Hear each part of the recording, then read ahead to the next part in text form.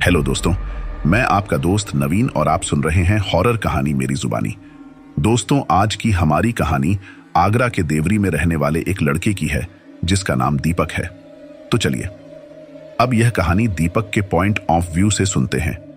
लेकिन कहानी को शुरू करने से पहले बस मैं आपसे यह कहना चाहता हूं कि अगर आप पूरी कहानी सुनेंगे तो आपको बहुत मजा और डर का एहसास होने वाला है। और आप पहली बार हमारे इस चैनल पर आए हैं तो चैनल को अभी सब्सक्राइब कर लीजिए और वीडियो को लाइक करें।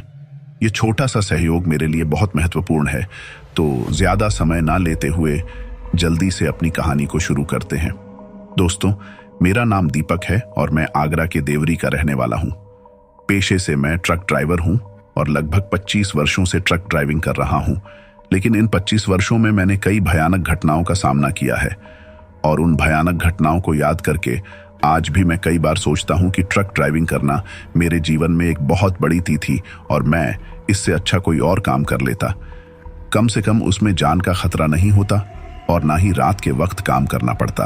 दोस्तों, ट्रक ड्राइवरों का काम दिन के बजाय रात के वक्त अधिक होता है क्योंकि सड़क खाली होती है और आसपास का माहौल भी काफी शांत होता है। इसलिए हम लोग दिन के बजाय रात के समय सफर करना पसंद करते हैं। लेकिन कभी कभी उसी रात के सफर के दौरान हमारे साथ कई ऐसी घटनाएं हो जाती हैं जो हमें हमारी मौत से भी रूबरू करवा देती हैं। लेकिन ऊपर वाले का हाथ कोई नहीं बिगाड़ सकता। इसीलिए शायद आज तक इतने भयानक हादसे होने के बावजूद भी मैं जीवित हूं। एक बार मेरे साथ एक ऐसा भयानक हादसा हुआ था जिसके बाद मैंने एक क्षण के लिए सोचा कि आज मैं मर जाऊंगा। और जैसा कि मैंने आपको पहले बताया था, मुझे ट्रक चलाते हुए 25 साल हो गए हैं। इन 25 सालों में मेरे साथ कई ऐसे हादसे हुए हैं जो मुझे एक क्षण के लिए भी डराने पर मजबूर करते हैं। इसलिए आज कोई भी व्यक्ति या भगवान मुझे बचाने में सक्षम नहीं है। लेकिन वह हादसा इतना भयानक था कि मैंने उस दिन सोचा कि मैं आज से ट्रक ड्राइविंग छोड़ दूंगा। आज से लगभग 15 साल पहले की घटना है। उस वक्त मैं मार्बल की फैक्ट्री में ट्रक चलाता था। उस समय गर्मियों का मौसम था, इसलिए मैं मार्बल को एक स्थान से दूसरे स्थान पर ले जाना था। जैसा कि आप जानते हैं, मार्बल का पत्थर बहुत गर्म होता है, इसलिए दिन में काम करने वाले कर्मचारी मार्बल को ट्रक में नहीं भर पाते थे। धूप की वजह से पत्थर इतना गर्म हो गया कि छुआ भी नहीं जा सकता था। इसलिए मैं शाम होने के बाद जब पत्थर ठंडा हो जाता था, मेरे ट्रक में मार्बल लोडिंग करना शुरू कर देता था और रात को लगभग 11 बजे तक पूरा हो जाता था। और लोडिंग का काम पूरा होने के बाद मैं अपने ट्रक को लगभग 12 बजे के आसपास लेकर फैक्ट्री से निकल जाता था, क्योंकि दूसरे दिन शाम होने तक मुझे ट्रक को दूसरी फैक्ट्री में पहुंचाना होता था, जहां मजदूर शाम होने के बाद ही ट्रक को खाली करते थे। उस दिन ट्रक की लोडिंग पूरी होने के बाद मैं रात को 1 बजे उस फैक्ट्री से निकल जाता हूं।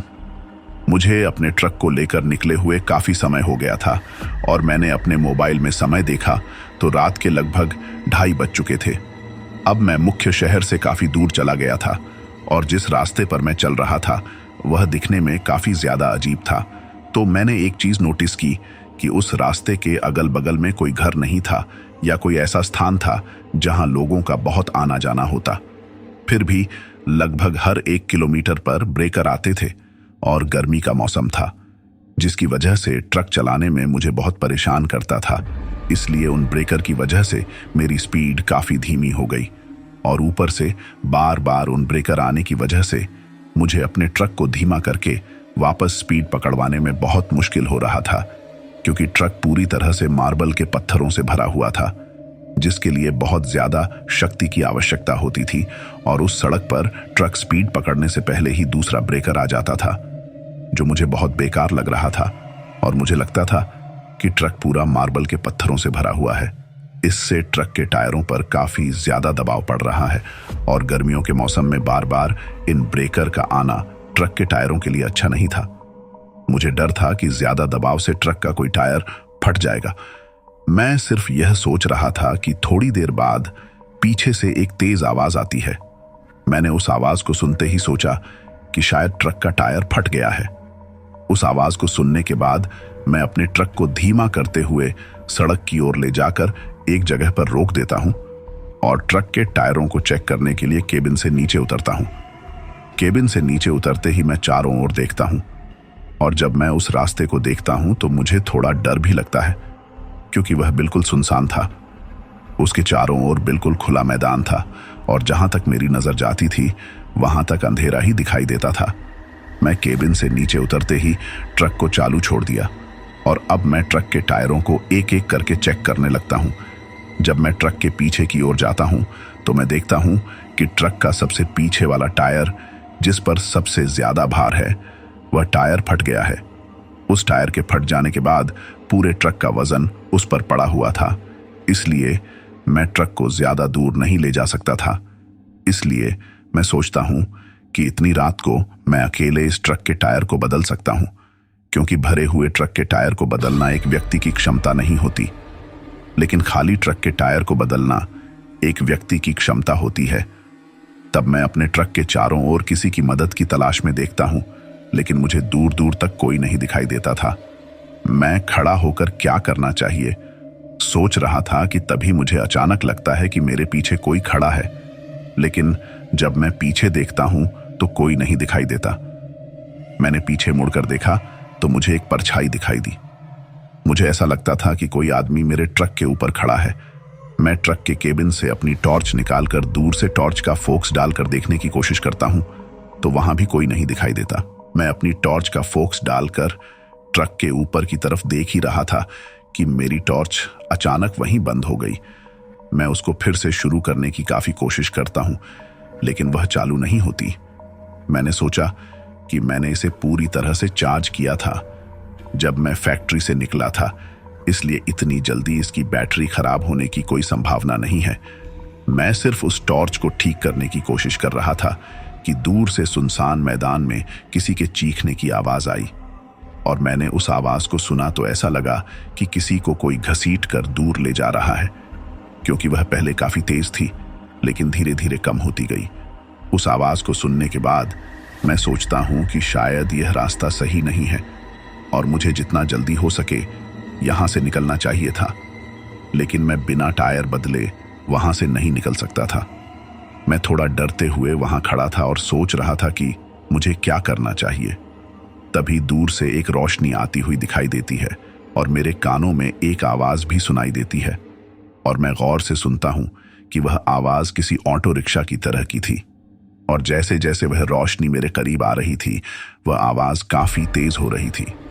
थोड़ी देर बाद मुझे स्पष्ट हो गया कि सामने की रोशनी एक ऑटो रिक्शा की हेडलाइट है, और मुझे लगता है कि मेरी तरफ एक रिक्शा आ रहा है, और उस रिक्शे को देखकर मुझे लगता है कि शायद चालक मेरी मदद करेगा। मैं उसे दूर से रुकने का संकेत देता हूं और कुछ देर में रिक्शा मेरे पास आकर रुक जाता है। रिक्शा जब मेरे पास आकर रुकती है तो मैं एक आदमी को देखता हूं जिसमें ग्रीस और काले डब्बे की तरह कुछ लगा हुआ था। मैंने उसके कपड़े पर ज्यादा ध्यान नहीं दिया और उसे बताया कि भाई साहब, मेरे ट्रक का टायर फट गया है और इस सुनसान रास्ते पर मुझे कोई भी मदद नहीं कर रहा है। अगर आप मेरा थोड़ा साथ देंगे तो मैं अकेले मेरे ट्रक के टायर बदल सकता हूं। कुछ समय में हम दोनों मिलकर मेरे ट्रक के टायर बदल देंगे। यदि आप चाहते हैं तो मैं आपके काम के बदले कुछ पैसे भी दे दूंगा। मैंने बस इतना कहा था कि वह आदमी मुझे बताता है कि मेरा काम यही है। मैं सिर्फ लोगों की गाड़ी के टायर बदलता हूं और फिलहाल अपनी दुकान बंद करके घर जा रहा हूं। उस आदमी ने मुझे यह बताया तो मुझे उसकी बात कुछ हजम नहीं हुई। उस समय रात के लगभग 3 बज रहे थे और कोई भी व्यक्ति 3 बजे अपनी दुकान क्यों बंद करेगा। अगर उसे घर जाना ही था तो वह 10 बजे के आसपास अपनी दुकान बंद करके घर चला जाता था। इसलिए मैंने उससे पूछा कि मुझे आपकी यह बात कुछ समझ में नहीं आई। आमतौर पर सभी लोग 10 बजे ही दुकान बंद कर देते हैं, तो आप रात 3 बजे दुकान बंद करके घर जा रहे हैं क्यों? मेरे द्वारा ऐसा पूछने पर वह हंसते हुए बताता है कि मैंने एक गाड़ी का काम किया था और उस काम को पूरा करने के बाद आज मेरी दुकान बंद करने में मुझे काफी लेट हो गया और कल दुकान नहीं खोलनी है, इसीलिए मैं अब जाकर आराम से सोऊंगा और कल सुबह उठने से पहले कि मैं उससे कुछ कहूंगा, वह आदमी अपने रिक्शा से अचानक उतरता है और मुझे बताओ कौन सा टायर बदलना है। जब मैं उसे फटे हुए टायर के पास लेकर जाता हूं और उसे वह टायर दिखाता हूं तो वह कहता है कि मैं इसे बदलता हूं। तब तक आप अपने ट्रक के नीचे से दूसरा टायर खोल लें। जब उस आदमी ने मुझे बताया कि वह अकेले इस टायर को कैसे खोलेगा, मैं बहुत अचंभे में पड़ जाता हूँ। फिर भी मैं सोचता हूँ कि मुझे यहाँ से निकलना चाहिए और उस फटे हुए टायर की जगह दूसरा टायर लगाना चाहिए। मैं टायर खोलने ही लगा था कि अचानक से उस आदमी पर मेरी नजर जाती है। मैं उसे गौर से देखता हूँ। वह आदमी दिखने में किसी सरदार की तरह लग रहा था, यानी सिर पर पगड़ी बांध रखी थी। उसकी देखकर मुझे लगा कि यह आदमी पंजाब या हरियाणा से आया होगा, लेकिन लेन आगरा में अपने घर से इतनी दूर गाड़ियों के टायर बदलने आया नहीं होगा। मैं टायर खोलते हुए उसकी तरफ देख रहा था तो मैं कुछ देखकर डर जाता हूँ। जब वह आदमी मेरे ट्रक के उस टायर को बदल रहा था, मैं उसके हाथों पर जाता हूँ और देखता हूँ कि उसके नाखून लगभग उसकी उंगलियों के बराबर बड़े हैं, और मैं देखता हूँ कि आदमी ने अपने नाखूनों को इतना लंबा क्यों रखा है, क्योंकि वे बहुत सड़े हुए और गंदे लग रहे हैं। लेकिन मैं एक बात भी देखता हूँ कि टायर खोलते समय वह आदमी अजीब तरह से मुस्कुरा रहा था और मुस्कुराते हुए बार बार अपने होठों पर जीभ फेर रहा था। मैंने सोचा कि शायद यह उसकी आदत होगी, लेकिन फिर मैंने सोचा कि यदि यह आदमी हरियाणा या पंजाब का है तो उसकी भाषा मुझे बिल्कुल मेरी तरह की भाषा में बात करते हुए मुझे एक क्षण में भी नहीं लगता था कि यह एक सरदार आदमी है, और यह मुझे अब थोड़ा अजीब लग रही थी। अब मैं कुछ सोचने से पहले आदमी मुझे आवाज लगाता है और मैं उसके पास जाता हूँ। वह मुझसे कहता है कि जब मैं उसके पास जाता हूँ, आप इस टायर को कुछ समय के लिए बदलो, मैंने इसे आधे से ज्यादा खोल दिया है। मैं अभी जाकर मेरे ऑटो रिक्शा से कुछ जरूरी सामान लेकर आता हूँ जो इस टायर को बदलने के लिए चाहिए। अब वह आदमी इतना कहकर अपने ऑटो रिक्शा की ओर चला गया, और उसके जाने के बाद मैं वहीं सड़क पर नीचे बैठकर टायर को खोलने लगता हूँ। लेकिन जब मैं टायर को खोलने लगता हूँ तो मैं देखता हूँ कि टायर पर बहुत सारी कीलें चुभी हुई हैं, जो शायद उन कीलों की वजह से टायर फटा था, और उनको देखकर मुझे लगता था कि शायद किसी ने जानबूझकर सड़क पर यह कील डाली होगी ताकि मेरे ट्रक का टायर पंचर हो जाए और मैं यहां से ना जा पाऊं। जैसे ही मैं टायर को देख रहा था, मुझे पता चला कि उस पर किसी के नाखूनों के निशान हैं, जैसे किसी ने टायर को बहुत ज्यादा खरोच दिया हो। इन निशानों को देखकर मुझे लगता है कि यह काम शायद इस आदमी ने किया होगा, लेकिन मैं सोचता हूं कि आखिर इसने इस टायर को अपने नाखूनों से इस तरह से खुरदा क्यों किया। मैं सिर्फ सोच रहा था कि किसी ने मेरे सिर पर किसी भारी चीज से बहुत तेज वार किया, जिससे मुझे बहुत चक्कर आ गया और मेरा सिर पूरी तरह से घूमने लगा। वह चीज मेरे सिर पर लगते ही मेरे मुंह से एक बहुत तेज चीख निकलती है और मैं अपने दोनों हाथों से अपने सिर को पीछे से पकड़ लेता हूं। फिर मैं पीछे मुड़कर देखने की कोशिश करता हूं कि आखिर किसने मेरे सिर पर वार किया है, और जब मैं पीछे मुड़कर देखता हूं, मेरे होश ही उड़ जाते हैं। पीछे मुड़कर देखा कि उसी आदमी ने मेरे सिर पर एक लकड़ी से बहुत तेज वार किया था, लेकिन उससे भी ज्यादा भयानक बात यह थी कि अब उस आदमी का चेहरा पूरी तरह बदल चुका था। अब उसके सिर पर पंजाबी पगड़ी नहीं थी, बल्कि उसके बाल पूरी तरह बिखरे हुए थे। औरतों की तरह लंबे कमर तक उसका पूरा चेहरा बदल गया था। अब उसका चेहरा किसी डायन की तरह दिखता था। उसकी एक आंख गायब थी, उसकी दूसरी पूरी तरह से सफेद थी, और उसके हाथों के नाखून भी टूट चुके थे। मैंने टायर बदलते समय देखा कि उसके हाथों के नाखून काफी बड़े थे, लेकिन अब उनमें से कोई नाखून नहीं था, और मैं अपनी गर्दन को घुमाकर उसकी तरफ देखा। उसकी उंगलियों से खून बह रहा था। वह अजीब तरीके से गुर्रा हुए मुस्कुराने लगता है और मेरी तरफ देखकर बहुत तेज तेज हंसने लगता है। उसका चेहरा देखकर मुझे बहुत डर लगता है और मेरे सिर में भी कुछ अजीब सा दर्द होने लगा है। मुझे लगता था कि मैं यहीं मर जाऊंगा, लेकिन फिर मुझे पता चला कि मेरे टायर का फटना, टायर में कीलों का चुभना और उस आदमी का आना एक सोची समझी साजिश थी। मैं उसको इस तरह देखकर भी समझ गया था कि यह कोई इंसान नहीं है, बल्कि कोई शैतानी शक्ति है। शायद यह कोई डायन या चुड़ैल है जिसने मुझे आज अपने जाल में फंसा लिया है और मुझे मार डाला है। मैं उसका रूप देखकर थोड़ी देर बेहोश हो गया, और उसके बाद क्या हुआ मुझे कुछ भी याद नहीं है। लेकिन जब मेरी आंख खुलती है तो मैं उस सड़क के बगल में एक पेड़ पर रस्सी के बल उल्टा लटका हुआ था, और जब मैं उस रस्सी से मेरे पैर बंधे हुए थे तो मुझे लगता था कि मेरा सिर बहुत भारी हो रहा था और बहुत तेज दर्द हो रहा था। लेकिन जैसे ही मैं नीचे की ओर देखता हूँ, डायन की तरह दिखने वाला राक्षस वहीं था। और मेरे सिर के बालों को किसी उतरे से काट रहा था। वह मेरे सिर पर एक बार फिर से भारी चीज से वार करता है। जब मैं अपने आप को उसे छुड़ाने की कोशिश करता हूं तो पता चलता है कि मेरे हाथ भी रस्सी से बंधे हुए हैं और मैं फिर से बेहोश हो जाता हूं। जब वह मेरे सिर पर एक बार फिर वार करता है तो मेरे सिर से खून टपकने लगा। वह मेरे नीचे बैठकर बार बार अपनी जीभ लगाकर मेरे सिर से खून छांट रहा था और उस दिन मैं अपनी मौत को अपनी आंखों के सामने देख रहा था। वह मेरे सिर के बालों को इस तरह से काट रहा था कि वह आराम से अपने सिर से निकलने वाले खून को पी सके। उस समय मुझे लगता था कि मैं जल्दी मर जाऊंगा, लेकिन मुझे लगता था कि डायन मुझे इतनी आसानी से नहीं मारेगी, बल्कि मुझे तड़पा तड़पा कर मारेगी। उस बुरी आत्मा ने सब कुछ कर ही रहा था कि तभी मेरे कानों में कुछ आवाज आई। वह दूर से कुछ चिल्ला रहा था, जैसे कोई साधु या अघोरी वहां आ रहा हो। शायद उसने मुझे उस आत्मा के कब्जे में और उस आत्मा को मेरे साथ सब कुछ करते हुए देखा हो।